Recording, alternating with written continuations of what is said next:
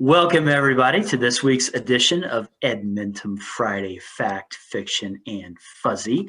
I'm Kevin Gallman, along with Jason Eggert from Edmonton.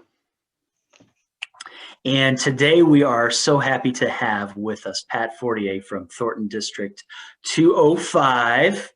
She is the district programs administrator. She does a lot of great things for the district, and we're just really happy to have her with us today. So, Pat, welcome.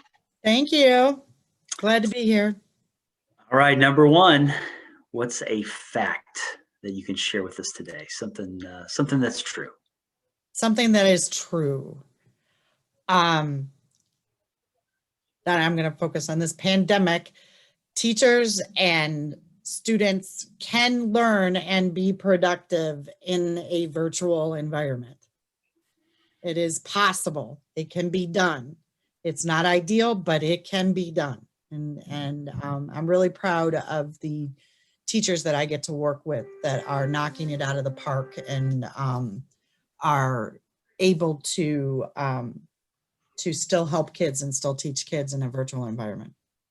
Awesome. That heart is always there, and it's always great to continue to see that no matter what.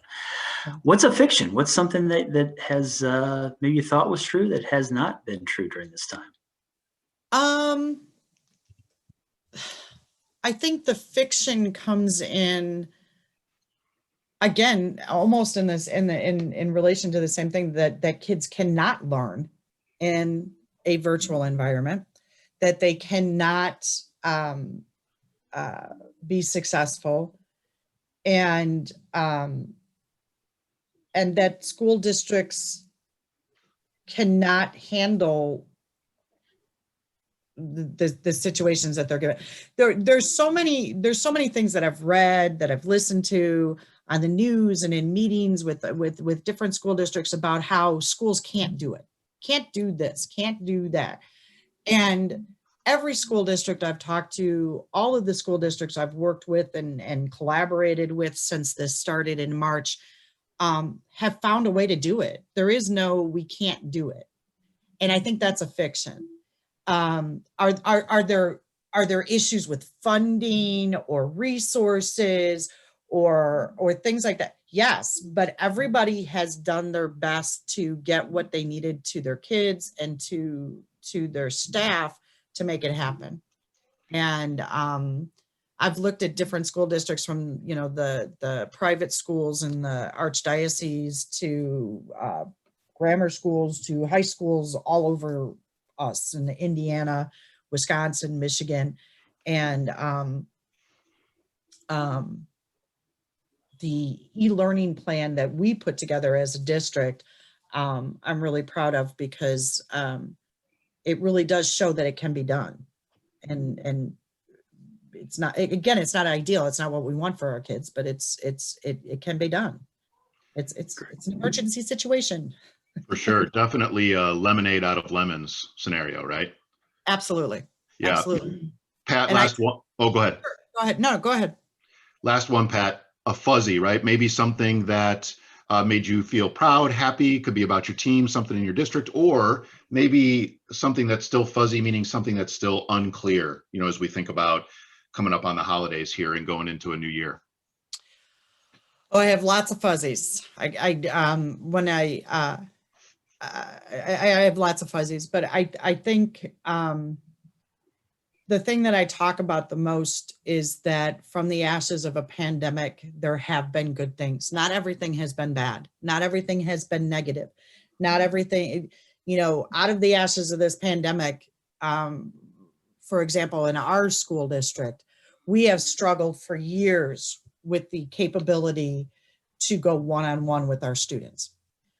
And because of the pandemic, we are now one-on-one. So when we do go back to brick and mortar, we are going to be using technology in the classrooms 100% across the board with all of our students. So that is something that we thought would never happen for our district, be able to financially do that and support it. And now we can. It's also our staff, our administrative team, everybody's learning how to use the technology and differentiating instruction for those individual students using that technology because of this. So when we go back, I think we're going to be so much bigger and better and stronger when we go back to in-person teaching. That not that we're going to be grateful there was a pandemic, but we're going to be grateful that we had the opportunity for all of the PD, all of the technology, all of the training and the opportunities, because I think it's just going to be better for us. And I know it's hard for a lot of people to see that right now, but me thinking a year down the road, a year and a half, 2 years, hopefully when we're back in those buildings, we're going to knock it out of the park, because we're going to have stuff we never had before. So I think that's good. And I also think it's, I'm working with a lot of student teachers. We took on a lot of student teachers. And the reason we did that is because we thought it was important that student teachers were exposed to what it's like to have to teach virtually in case they ever have this situation again. And that is something that we normally wouldn't have been able to do, but it's been great. It's been fabulous to be able to work with these student teachers and see what they could bring to the table. So it's been great. I think there's a lot of good things that are coming out of being remote that I never thought would ever be good things. Pleasantly surprised, Pat, right? With the positive outcomes, positive consequences from such a very, very difficult situation. She is Pat Fortier. She is the District Programs Administrator for Thornton District 205. We are so thankful, Pat, that you joined us today. For Kevin and myself, this will be the last time we'll see you on Friday Fact, Fiction, and Fuzzy here in 2020. We're looking forward to starting back up again in 2021. So we wish you all a very happy holiday season. Enjoy it with your family and friends in any way that you see fit. Pat, again, thank you very much for your time, and happy holidays to you. Thank you. Thank you, guys. Happy holidays to everybody.